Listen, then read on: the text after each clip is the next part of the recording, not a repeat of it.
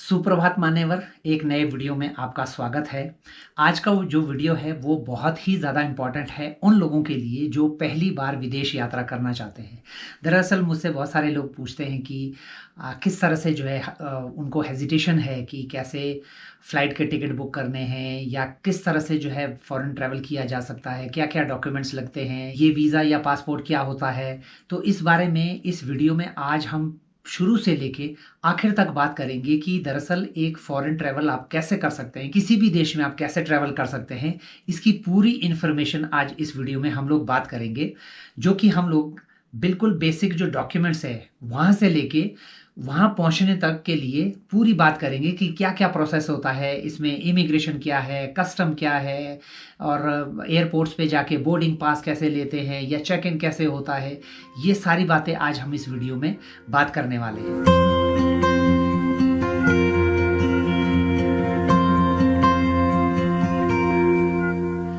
तो अगर आप किसी भी देश में जाना चाहते हैं तो सबसे पहला जो इम्पोर्टेंट डॉक्यूमेंट है वो है जी आपकी पहचान, यानी कि मेरी पहचान। अब मेरी पहचान क्या होगी? एक ऐसा डॉक्यूमेंट जिससे दुनिया ये जाने कि मैं किस देश का नागरिक हूँ, कहाँ से आया हूँ, क्या वो मुझे इस बात पे सहमति देगी वहाँ पे आने के लिए, तो ऐसा मेरा क्या डॉक्यूमेंट होगा? उस डॉक्यूमेंट को कहते हैं जी पासपोर्ट। देश के हर नागरिक का ये अधिकार है कि वो अपना पासपोर्ट कभी भी बना सकता है। अब जो ये पासपोर्ट है ये दरअसल है क्या? ये दरअसल होती है हमारी पहचान, यानी कि मैं कौन हूँ? क्योंकि अब आप किसी के देश में जा रहे हैं तो उनको पता होना चाहिए ना कि आप कौन हो। अब वो कैसे पता चलेगा? तो हमारा जो विदेश मंत्रालय है वो हर नागरिक को पहचान पत्र जो है इश्यू करता है, जिसको हम लोग पासपोर्ट कहते हैं। आप लोगों में से बहुत सारे लोगों ने देखा होगा, ये एक बुकलेट होता है जिसमें आपका फ़ोटो भी होगा, आपका जो एड्रेस है, आपके जो पैरेंटल इन्फॉर्मेशंस है वो सारी होंगी, एड्रेस होगा, सब कुछ आपका उसमें होगा और एक जो है यूनिक पासपोर्ट नंबर होता है। अब ये पासपोर्ट बनता कैसे है? वैसे तो इसके ऊपर जो है अलग से एक वीडियो होना चाहिए, लेकिन फिर भी आपको रफली बता देता हूँ। पहले ज़माने में जो पासपोर्ट बनते थे वो बड़े मुश्किल करके बनते थे। बहुत सारे लोग लंबी लाइनों में फॉर्म भर रहे हैं, बड़ी मुश्किल करके। मैं एक बार लगा था अपने दोस्त के साथ में, भीकाजी कामा प्लेस है दिल्ली में, वहाँ पे इनका ऑफ़िस है। तो आप मान के चलिए कि हम लोग वहाँ पे सुबह-सुबह मेरे ख़्याल से 7 बजे पहुँच गए थे। 7 बजे पहुँचने के बाद भी कम से कम वहाँ पे 3000 लोग हमसे आगे लाइन में होंगे। तो पहले बड़ा बुरा हाल था, अब आप आसानी से पासपोर्ट बना सकते हैं, घर से ही आप अप्लाई कर सकते हैं, घर बैठे-बैठे। और पासपोर्ट के लिए आपको ज़्यादा कोई बड़ी ज़रूरत नहीं होती है। सबसे पहली बात है, आपको एक क्वालिफ़िकेशन का, जैसे मान लीजिए आपकी 10th की मार्कशीट है वो चल जाती है, जिसमें डेट ऑफ बर्थ भी होता है आपका, वो चल जाता है। आपका एक आधार लेते हैं और इसके अलावा आपका जो है पैन कार्ड भी लेते हैं। ये ऑनलाइन फॉर्म आप पहले खुद भरते हैं, उसके बाद जाके आपको एक अपॉइंटमेंट लेना होता है। बहुत सारे जो है इनके ऑफ़िस होते हैं कि वहाँ पे कहाँ जाना है, तो उनके अपॉइंटमेंट आप देख लीजिएगा कौन सा आपका नज़दीकी पड़ता है। वहाँ पे जाके आप जो है अपना पासपोर्ट के लिए उस दिन अपने जो ओरिजिनल डॉक्यूमेंट्स हैं वो भी सबमिट करते हैं, वो फ़ोटो वहीं वहीं पे ले लेते हैं। एक पुलिस वेरिफ़िकेशन होती है और पुलिस वेरिफ़िकेशन के बाद में आपका जो पासपोर्ट है आपके घर पे बन के आ जाता है। अब आपके पास आ गई आपकी पहचान, यानी कि पासपोर्ट। अब आपको जाना है किसी दूसरे देश में। अब अगला जो कदम है वो क्या होता है? अब किसी भी देश में आप जा रहे हैं तो उस देश की आपको परमिशन लेनी होती है कि क्या मैं आपके देश में आ सकता हूँ? इस परमिशन को कहते हैं जी वीज़ा। अब मान लीजिए कोई यहाँ से जाना चाहता है अमेरिका।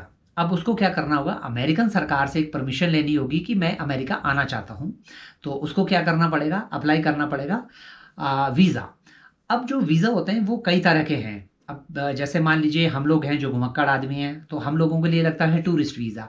कुछ होते हैं प्राइवेट वीज़ा। प्राइवेट वीज़ा का मतलब होता है, मैं भी गया हूँ 1-2 बार रशिया उसमें। जैसे कि कोई आपका दोस्त है वहाँ पे, फ्रेंड है, वो आपको इनवाइट करता है, तो वो प्राइवेट वीज़ा हो गया। एक होता है वर्क वीज़ा, कोई बिज़नेस वीज़ा, इवन आपके रिलीजियस टाइप के वीज़ा भी होते हैं। बहुत सारे वीज़ा होते हैं, लेकिन घूमने के पर्पज़ से जो वीज़ा होता है वो होता है टूरिस्ट वीज़ा। अब टूरिस्ट वीज़ा जो है अलग-अलग देशों का अलग-अलग तरह से मिलता है। अब अलग-अलग तरह से कैसे मिलता है कि कुछ देश ऐसे हैं दुनिया में जहाँ पे हमें वीज़ा की आवश्यकता ही नहीं होती है, जिसको बोलते हैं वीज़ा फ्री कंट्री।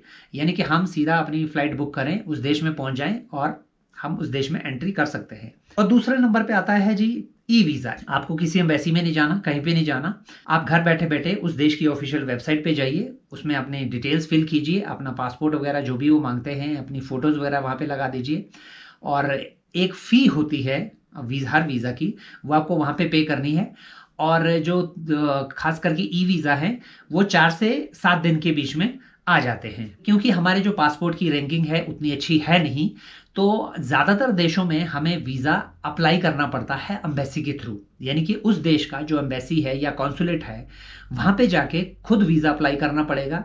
अब उसके लिए क्या-क्या डॉक्यूमेंट होते हैं वीज़ा के लिए, वो थोड़ा-सा कॉम्प्लिकेटेड रहता है। इसमें आपकी जैसे आईटीआर हो गया, बैंक स्टेटमेंट होगी, आपको जो है अपने फाइनेंशियल फंड्स दिखाने पड़ते हैं। अगर आप नौकरी में हैं तो फिर आपको नौकरी की सैलरी स्लिप तक देनी पड़ती है, फॉर्म 16 देना पड़ता है, और एम्प्लॉयर जो होगा उसकी जो आपने छुट्टियाँ वगैरह आप ले रहे हैं उस पीरियड में जाने के लिए, उस तक की एक एनओसी चाहिए होती है कि हाँ, वो उनको कोई प्रॉब्लम नहीं है अगर आप छुट्टी मारते हैं। तो अगर आपका बिज़नेस वीज़ा है फिर आपके बिज़नेस प्रूफ लगते हैं, जिसमें कि जैसे कि आपके एक तो जो फ़र्म है, फ़र्म के नाम पे अगर आपने कोई आईटीआर फाइल की है या करंट अकाउंट है, जीएसटी का सर्टिफिकेट अगर आपके पास है, एमएसएमई का अगर आपके पास में सर्टिफिकेट है, ये सारे कुछ है बिज़नेस के प्रूफ करने के लिए डॉक्यूमेंट्स होते हैं, तो वो आपको देना पड़ेगा। तो उसके बाद वो आपका जो पासपोर्ट है उन डॉक्यूमेंट के साथ में वहाँ पे जमा हो जाता है, और कुछ दिनों बाद अलग-अलग देशों का अलग-अलग इसमें हिसाब रहता है। कुछ दिनों बाद आपके पासपोर्ट जो आपने पासपोर्ट उनको दिया है, उसके किसी एक पेज पे वीज़ा चिपका के, यानी कि उसको स्टिकर वीज़ा कहते हैं, स्टिकर वीज़ा चिपक के आ जाएगा। अगर आप इस वीडियो में कोई भी क्लैरिफिकेशन चाहते हैं, मान लीजिए जैसे तो मैं उस टॉपिक पे जैसे कि पासपोर्ट है या वीज़ा है, इन पे अलग से भी बना सकता हूँ। अभी मैं सिर्फ इसको समराइज़ कर रहा हूँ कि क्या-क्या चीज़ें जो है चाहिए होती हैं। तो अब आपके हाथ में वीज़ा आ गया जी। अब नेक्स्ट जो काम होता है, अब क्योंकि आपको अपना सफ़र शुरू करना है, अगला जो काम होता है वो होता है फ्लाइट बुकिंग का। अब फ्लाइट बुकिंग के लिए अब बहुत सारे लोग ये पूछेंगे कि ये कैसे पॉसिबल है? हमें कैसे पता कि उस देश में जाके उस देश के लिए कौन-सी फ्लाइट जाती है, कहाँ से जाती है?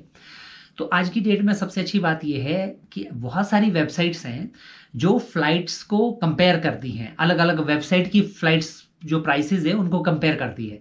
उससे आपको एक आइडिया हो जाता है। उसमें आपको लिखना क्या होगा? जैसा आप लिखेंगे, मान लीजिए दिल्ली से फॉर एग्ज़ाम्पल मॉस्को। अब दिल्ली से मॉस्को अगर आप लिखेंगे तो वो जितनी फ्लाइट्स होंगी, वो सारी की सारी आपको बता देगा कि ये फ्लाइट दिल्ली से चलती हैं। ज़्यादातर जो फ्लाइट्स होती हैं, वो होती हैं किसी न किसी तीसरे देश के थ्रू, और बहुत कम फ्लाइट होती है जो डायरेक्ट फ्लाइट होती है। फॉर एग्ज़ाम्पल अभी हम मॉस्को की बात करते हैं, तो यहाँ से जो मॉस्को की फ़्लाइट है वो अभी फ़िलहाल एरोफ्लोट चल रही है, और अगर लेकिन ऐसा नहीं कि इसके अलावा अगर आप नहीं जा सकते हैं। इसके अलावा मैं आपको बता देता हूँ बहुत सारी फ़्लाइट है। जैसे कि आप यूएई होते हुए जा सकते हैं, जिसमें फ्लाई दुबई हो गया, एमिरेट्स हो गया, या फिर अबू धाबी होते हुए जा सकते हैं, या फिर ओमान होते हुए जाते हैं, मस्कट होते हुए, बहरीन होते हुए जा सकते हैं, या फिर एयर सऊदिया से आप जो है जेदा होते हुए जा सकते हैं, या फिर अगर आप सेंट्रल एशिया होते हुए जाना चाहते हैं तो उज़्बेकिस्तान एयरवेज़ सबसे बेस्ट ऑप्शन है, बहुत ही खूबसूरत ऑप्शन है। एक सेंट्रम एयरवेज़ है, वो भी वाया उज़्बेकिस्तान जाती है, या फिर एक दुशांबे होते हुए जाती है। दुशांबे होते हुए जो है सोमन एयर है, ये ताजिकिस्तान की एयरलाइन है, ये भी जाती है। अलमाटी होते हुए आप जा सकते हैं, जिसमें एयर अस्ताना वगैरह है। थोड़ा-सा आपको नॉलेज भी हो जाएगा कि कौन-सी फ्लाइट में जो है कितनी सस्ती पड़ रही है। उसमें आपको एक चीज़ ध्यान रखना है कि बहुत सारी जो फ्लाइट है, जब वो सस्ती आती है, उसमें बैगेज शामिल नहीं होता है, यानी कि जो बैग होता है, एक्स्ट्रा बैग आपका, वो शामिल नहीं होता है। तो वो आपको देखना है कि बैग के साथ में कौन-सी फ्लाइट है। ज़्यादातर जो फ्लाइट होती है सस्ती वाली, इनमें क्या होता है केबिन बैग, यानी कि केबिन बैग मतलब आप अपने साथ में अंदर हवाई जहाज़ के अंदर कौन-सा बैग ले जा सकते हैं, ठीक है? और एक होता है अलग से जो चेक इन होके, यानी कि आपने एयरलाइन स्टाफ को काउंटर पे देते हैं, तो वो एयरक्राफ्ट में लगेज कंपार्टमेंट में चला जाता है। लेकिन एक होता है जो आपके साथ होता है। तो बहुत सारी जो सस्ती एयरलाइन है, उनका जो केबिन बैगेज होगा वो आप साथ में ले जा सकते हैं, लेकिन वो 10 किलो से ज़्यादा नहीं होता। किसी का 7 भी होता है, किसी का 5 होता है। ज़्यादा से ज़्यादा वो 10 केजी हो सकते हैं, इससे ज़्यादा नहीं होता है। अगर आपका 10 केजी तक का सामान है, तो आप उनमें से कोई भी एक फ़्लाइट चेक कर सकते हैं जो 10 किलो अलाउ करता हो, और सस्ते में आप जो है ट्रैवल कर पाएँगे। तो इस तरह से आप इंटरनेट पे फ़्लाइट के टिकट बुक कर सकते हैं। और अगर आपको इसके बारे में भी एक अलग से वीडियो चाहिए तो मैं बना सकता हूँ, कैसे सस्ते में, बहुत सस्ते में ट्रैवल कर सकते हैं, क्योंकि मैं हमेशा जो है ज़्यादा पैसे खर्च नहीं करता एयर फेयर पे। तो मैं भी जो है बहुत कम खर्चे में जो है ट्रैवल करता हूँ। और ये सब पैसा सब लोग बचाना चाहते हैं सेम फ्लाइट पे। अब आपके पास में ये टिकट भी आ गया है। अब अगला जो काम होता है वो होता है वहाँ की होटल बुकिंग का। अब होटल बुकिंग, मान लीजिए आप किसी एक देश में जा रहे हैं, उस देश में राजधानी में आप जो है ज़्यादातर जो है लैंड करेंगे, उसके बाद जो है आप वहाँ से बाहर उस देश में घूमेंगे। तो वहाँ पे आपको होटल बुकिंग बहुत ज़रूरी होती है। जिस दिन आप पहुँचोगे उस दिन से लेके जिस दिन आपको, क्योंकि वीज़ा के टाइम पे भी आपसे पूछा जाता है कई बार, जो स्टिकर वीज़ा होता है बहुत सारे देश है वो पूरी आइटनरी मांगते हैं कि आप 10 दिन के लिए जा रहे हो, बताओ इन 10 दिनों में कहाँ कहाँ क्या क्या करोगे और कहाँ कहाँ की होटल बुकिंग है। तो वो आपको पहले अपना हिसाब देखना है, आप कितने दिन के लिए जा रहे हैं और किन किन जगह पे आप जो है रुकेंगे। फॉर एग्जांपल जैसे मान लीजिए अगर मैं उज़्बेकिस्तान जाता हूँ तो मैं ताशकंद कितने दिन रहूँगा, समरकंद कितने दिन रहूँगा, बुखारा कितने दिन रहूँगा। तो ये सारी कैलकुलेशन आपको पता होनी चाहिए। होटल भी आपको जो है उसके हिसाब से बुक करना होगा। अब आपके पास ये टिकट भी आ गया, होटल भी हो गया, वीज़ा भी हो गया। अब इसके बाद क्या करना है, ये आपको जिस दिन आपकी फ़्लाइट है उसके 4 घंटे पहले, जिस टाइम पे आपकी फ़्लाइट है उस दिन 4 घंटे पहले आपको मिनिमम एयरपोर्ट पे पहुंचना है। अब 4 घंटे पहले जो है थोड़ा समय ज़्यादा लगता है, लेकिन देश के हमारे बड़े बड़े जो एयरपोर्ट्स हैं वहाँ पे कई बार 4-4 घंटे लग जाते हैं, 3.5 घंटे 3 घंटे लग जाते हैं। तो एयरलाइन कंपनीज भी कहती हैं कि भाई आप जो है कम से कम 4 घंटे पहले आएँ, क्योंकि आगे का जो प्रोसेस है वो थोड़ा सा कॉम्प्लिकेटेड होता है एयरपोर्ट्स पे। और एयरपोर्ट में जैसे ही आप एंट्री करते हैं सबसे पहले जो है आपके डॉक्यूमेंट चेक करते हैं। वहाँ पे जो भी CISF का स्टाफ रहता है वो आपका पासपोर्ट चेक करेगा, आपके टिकट चेक करेगा। उसके अलावा उनको आपसे कोई मतलब नहीं है, वो आपका जो है देखना चाहते हैं कि आप एक जेन्युइन ट्रैवलर है या कोई अंदर ऐसे ही एयरपोर्ट में एंट्री तो नहीं कर रहा है। तो हमारे देश में ये चीज़ है कि आपको जो है बाहर ही, क्यों अगर आप फॉरेन कंट्री में जाएंगे वहाँ तो काफ़ी अंदर तक जो है आपको छोड़ने के लिए जो लोग आए हैं वो काफ़ी अंदर तक आ सकते हैं, लेकिन हमारे देश में ऐसा नहीं है। हमारे देश में जो पहला जो एंट्री गेट है एयरपोर्ट का, वहीं पे ही आपके जो, अगर आपके साथ में कोई संगी साथी आए हैं उनको टाटा बाय बाय करना पड़ेगा। जैसे ही आप एयरपोर्ट बिल्डिंग के अंदर में जाते हैं, अब सबसे पहले आपको काम क्या करना है, आपने जो टिकट बुक की थी उसका बोर्डिंग पास आपको लेना है, और अगर आपके पास में कोई सामान है तो वो उन स्टाफ को देना होता है।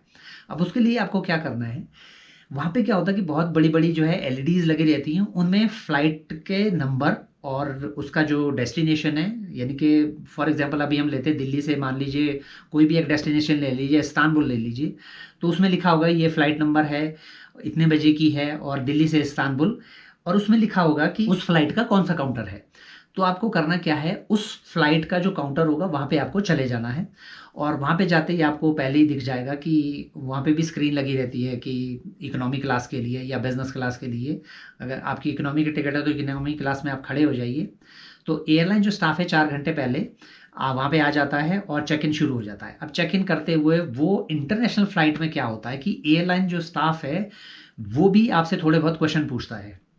अब वो क्वेश्चन क्या पूछेगा, जैसे ही आप काउंटर पे गए वो बोलेंगे ठीक है जी पासपोर्ट दीजिए, आपने पासपोर्ट दिया, वो आपसे वीज़ा मांगेंगे।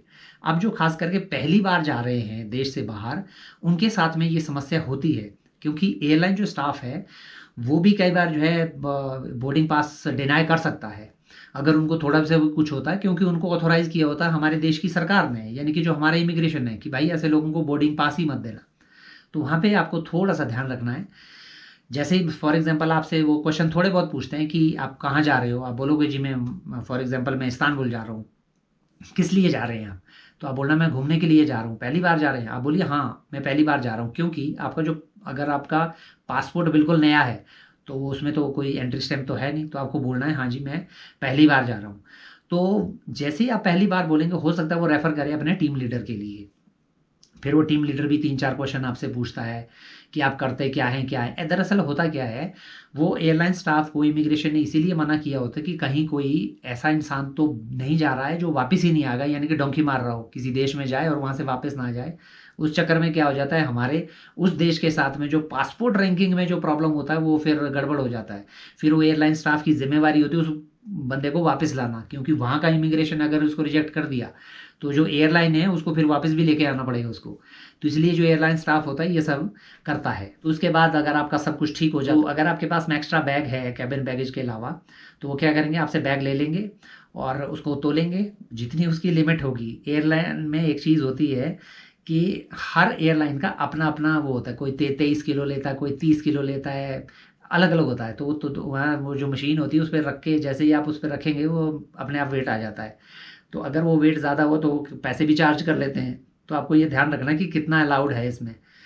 तो उसके बाद वो उसमें उसको टैग करके तो आपका जो लगेज है वो चला जाता है जी उसके बाद में लगेज सेक्शन में। फिर आपको दे दिया जाता है बोर्डिंग पास। आप उस बोर्डिंग पास को लेके और अपने पासपोर्ट को लेके आप उसके बाद आगे बढ़ते हैं जी। आगे आता है इमिग्रेशन। अब इमिग्रेशन क्या है जी? इमिग्रेशन होता है हमारे देश की एक तरह की बॉर्डर सिक्योरिटी फोर्स। अब वो क्या करती है, हमारे देश से कौन आ रहा है कौन जा रहा है इसकी वो पूरी पड़ताल करते हैं। अब हमारे देश से में कोई आता है गलत आदमी, तो वही एक फोर्स होती है जो उसको रोक सकती है या उसको वापस भेज सकती है।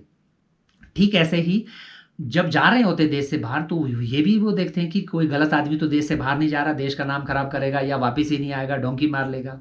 तो इस तरह से वो भी आपसे फिर प्रश्न पूछेंगे, आप क्यों जा रहे हो, किस लिए जा रहे हो, होटल की बुकिंग दिखाओ, कितने दिन आप रहोगे, आप करते क्या हैं। तो नॉर्मल क्वेश्चन होते हैं, लेकिन ये मत समझिएगा कि वो जो है हमारे दुश्मन है या हमें जाने नहीं देना चाहते हैं। ये उनका एक ड्यूटी है और वो होना भी चाहिए, क्योंकि हो सकता है कोई गलत आदमी जो है देश से बाहर चला जाए और देश का नाम खराब कर दे। कई बार होता है ऐसा कि फिर वो इंडियन था जी और इंडियन ने नाम खराब कर दिया बाहर कोई ऐसा कांड करके, या वापस ही नहीं आया, तो फिर वो हमारी जो पासपोर्ट की रैंकिंग है वो नीचे चलती जाती है, जिसकी वजह से जो प्रॉब्लम होती है आने वाले ट्रैवलर्स के लिए होती है। जैसे ही सब कुछ ओके हो जाता है तो इमिग्रेशन ऑफिसर आपके पासपोर्ट पे एग्जिट की स्टैंप लगा देते हैं कि जी ये दिल्ली से इस डेट को निकल चुके हैं। अब उसके बाद आता है जी एयरपोर्ट सिक्योरिटी। ज़्यादातर केसेस में इमिग्रेशन पहले होता है, सिक्योरिटी बाद में होती है, लेकिन कई जगह पे आपको सिक्योरिटी पहले मिलेगी और इमिग्रेशन बाद में मिलेगा कई जगह पे। लेकिन ज़्यादातर पहले इमिग्रेशन होता है, उसके बाद सिक्योरिटी होती है। तो इमिग्रेशन क्रॉस करने के बाद जैसे ही आप सिक्योरिटी में जाते हैं, तो एयरपोर्ट की जो सिक्योरिटी होती है वो बड़ी भयंकर होती है।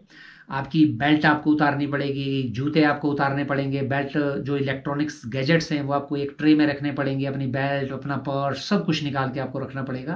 तो जितना सामान है वो भी आपका स्कैन किया जाएगा, आपको भी फ्रिस्क किया जाएगा। उसके बाद जैसे ही आप क्लियर करते हैं सिक्योरिटी, तो सिक्योरिटी वाले भी आपके जो बोर्डिंग पास है उस पर एक ठप्पा लगाते हैं। पहले इमिग्रेशन वाले लगाते हैं, फिर सिक्योरिटी वाले लगाते हैं, यानी कि आप जाने के लिए अब तैयार हैं। उसके बाद आप अपना जो सामान है समेट लीजिए, अपना पर्स वर्स जो भी है, बेल्ट वेल्ट जो है दोबारा से चढ़ा लीजिए। उसके बाद फिर आपको चलना होता है जी। अब जाना है आपको बोर्डिंग गेट तक। बोर्डिंग गेट का मतलब होता है वो द्वार जहाँ पे एयरक्राफ्ट आपको मिलेगा, यानी कि कहाँ से आपका एयरक्राफ्ट आपको लेने आएगा। तो हमारे देश में जो अब तो बहुत बड़े बड़े एयरपोर्ट्स हैं, ऐसे ही आपको फॉरेन में भी मिलेंगे, तो उनके नंबरिंग होती है, क्योंकि बहुत सारे होते हैं तो ABCD से आज की डेट में काम नहीं चलता है, तो 1 2 3 4 करके होगा। तो आपको ये देखना है जब आपको बोर्डिंग पास मिलता है तो उसमें लिखा होता है कि आपका बोर्डिंग गेट कौन सा है। फॉर एग्जांपल आपका बोर्डिंग गेट 10 है। जैसे ही आप सिक्योरिटी से बाहर निकलेंगे तो लिखा होगा 1 से लेके 10 तक के लिए इस डायरेक्शन में जाओ, 11 से लेके ऐसे करके। तो अब आपको अपने बोर्डिंग गेट का डायरेक्शन ढूंढना है कि किस साइड में है, और धीरे धीरे चलते जाना है।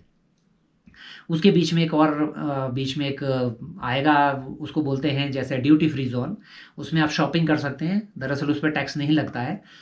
और आप अगर आप चाहो कुछ अपने किसी विदेशी मित्र के लिए कुछ कुछ लेके जाना, तो आप वहाँ से खरीद के आप ले जा सकते हो। उसमें सिर्फ जो प्राइस होता है सिर्फ वही होता है, बाकी ड्यूटीज़ कोई नहीं लगती उसमें। तो उसको पार करते हुए फिर आप धीरे धीरे जो है अपने गेट की तरफ बढ़ते हैं जी, और आखिर में आप पहुँचेंगे अपने गेट पे, जो ऐसे मान लीजिए 10 नंबर।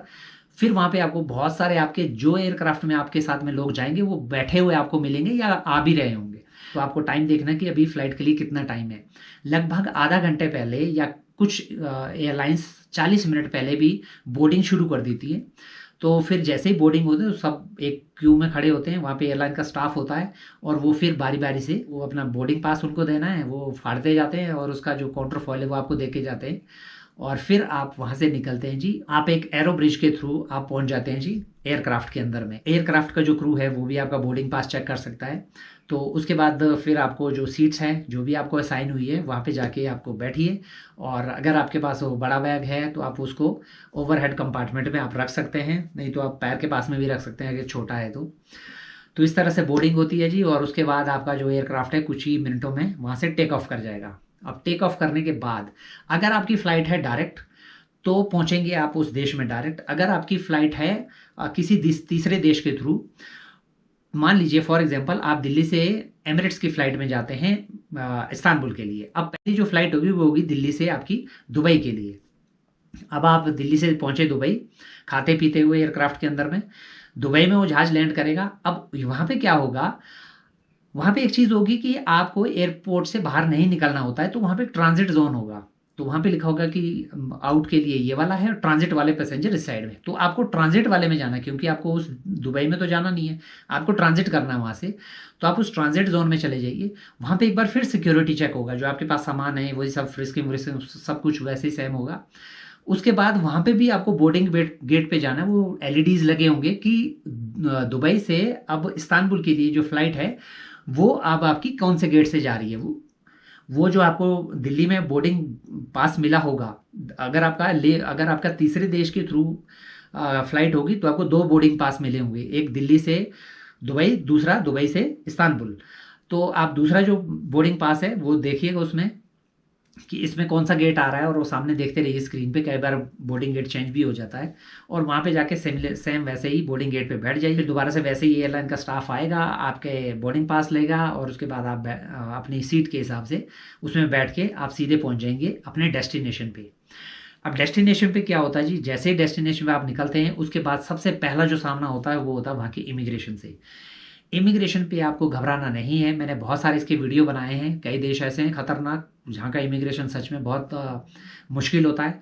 खास करके इसमें मैं आपको बताऊंगा कि रशिया उनमें से एक है। खास करके जो फर्स्ट टाइम ट्रैवलर है, अगर वो ज़रा सा भी घबरा जाते हैं या कुछ उनको लगता है तो वो बहुत बहुत बड़ी प्रॉब्लम क्रिएट करते हैं। कई बार बहुत सारे लोग जो हैं उनको वापस भी भेज देते हैं वो लोग। तो लेकिन आपको घबराना नहीं है। जो वो सवाल पूछें उसका पॉइंट टू पॉइंट जवाब दें। सवाल उनके भी सेम रहते हैं कि आप क्यों आए हो, कितने दिन आप रुकोगे, आपका होटल का बुकिंग कहाँ है, कहाँ कहाँ आप घूमोगे। वो थोड़ा सा आप जो है रिसर्च करके जा सकते हैं और उनके सवालों के जवाब दे सकते हैं। और जैसे ही आप वहाँ से फिर क्लियर हो जाते हैं, फिर वो दोबारा से ठप्पा लगता है उस देश में एंट्री का आपके पासपोर्ट पे, और आप उसके बाद जो है बाहर निकलते हैं। फिर अगर आपने चेक इन बैग किया है दिल्ली में, यानी कि कोई बड़ा बैग आपके पास में था जो आपने एयरक्राफ्ट में भेजा, तो वो इस्तांबुल में है। आपको जैसे ही आप आगे की तरफ निकलेंगे तो वहाँ पे वो होती है, बेल्ट होती हैं काफ़ी सारी। बल्कि आपको एयरक्राफ्ट में भी अनाउंस हो जाता है कई बार, नहीं तो आप स्क्रीन पे देख सकते हैं कि आपका बैग कौन सी वाली बेल्ट पे आएगा। उसमें लिखा होता है कि इस वाली फ़्लाइट का 5 नंबर में आएगा, 4 नंबर पे आएगा। वहाँ पे जाके खड़े हो जाइए, वो बैग आपके मुंह के सामने अपने आप आ जाएगा। वहाँ से बैग उठाइए, उसके बाद आप कस्टम आता है उसके बाद में, उस देश का कस्टम बैग के बाद में। तो उस देश के कस्टम में क्या होता है कि वहाँ पे दो तरह के गेट होते हैं। एक ग्रीन जो है जोन होता है, एक रेड जोन होता है। तो जो ग्रीन पैसेज है उसमें क्या होता है कि आपके पास में ऐसी कोई चीज़ नहीं है, जैसे कि मान लीजिए कोई जो उस देश में जो है इलीगल है, या कोई करेंसी है, या कोई हथियार है, या आपके पास में कोई ऐसी ऐसी चीज़ है जो मतलब जिस पे कस्टम ड्यूटी लगती है। तो अगर आपके पास ऐसी कोई चीज़ नहीं है तो आप जो है ग्रीन चैनल से बाहर निकल सकते हैं। अगर आपके पास में ऐसी चीज़ हैं तो आपको रेड चैनल के थ्रू जाना पड़ेगा। फिर वो आपको सर्च करेंगे प्रॉपर। अगर कोई कस्टम ड्यूटी बनती होगी तो आपको पे करनी पड़ेगी। लेकिन अगर आपके पास में वो चीज़ें हैं और आप ग्रीन चैनल से निकले और गलती से, क्योंकि आगे जो है वो बहुत सारे खड़े रहते हैं, वो दरअसल वो आपका जो है चेहरा जो है बार बार देखते रहते हैं, यानी कि वो हाव भाव देखते रहते हैं कि भाई किस तरह से लोग रिएक्ट करते हैं उनकी प्रेजेंस का। तो अगर उन्होंने किसी को पकड़ लिया तो वो बहुत बड़ा जुर्माना हो सकता है। तो अकॉर्डिंगली आप ग्रीन या फिर रेड चैनल के थ्रू आप जा सकते हैं, और उसको क्रॉस करते ही आप उस देश में आपकी हो जाती है जी एंट्री। एंट्री होते ही जी सबसे पहले फिर एयरपोर्ट से आपको जाना होता है सिटी, जहाँ पे आपको रुकना है। तो बहुत सारे देशों में क्या होता है कि बसेस भी चलती हैं एयरपोर्ट से सिटी के लिए, मेट्रो भी चलती है सिटीज़ के लिए, और कई जगह पे आप जो है टैक्सी भी ले सकते हैं। अगर आप टैक्सी से जाते हैं तो फिर आप सीधा होटल में पहुंच जाते हैं, और अगर आप जाते हैं मेट्रो से तो थोड़ा सा आपको वहाँ का जो मेट्रो का मैप है वो डाउनलोड करना पड़ेगा कि कहाँ से किस तरह से जाना है। तो वो पहली बार में अगर आप जाते हैं तो मैं ये कहूँगा कि आप टैक्सी से जाएं, क्योंकि ज़्यादा आपको परेशानी होगी नहीं। पब्लिक ट्रांसपोर्ट आप जब थोड़ा सा कॉन्फिडेंस आ जाए बाहर, तब जो है आप उसको यूज़ कर सकते हैं। तो आप उस देश में एंट्री कर लेते हैं जी, उसके बाद आप अपना घूमना फिरना शुरू कर सकते हैं। और जैसे ही आपका दिन ख़त्म होते हैं उस देश में, आप वापस एयरपोर्ट पे आते हैं, सेम ऐसे ही प्रोसीजर ये सब होंगे। यानी कि आप बोर्डिंग पास लेंगे, आप इमिग्रेशन क्रॉस करेंगे, सिक्योरिटी चेक, ये सारी चीज़ें होते हुए आप अपने देश में पहुंच जाएंगे। तो ये थी जी एक इन्फॉर्मेशन कि वो सारी चीज़ें होती क्या क्या हैं जब आप एक देश से दूसरे देश में जाते हैं या अपने देश से बाहर घूमने जाते हैं, क्या क्या चीज़ें होती हैं। तो ये मैंने इसको ब्रीफ में एक्सप्लेन करने की कोशिश की है।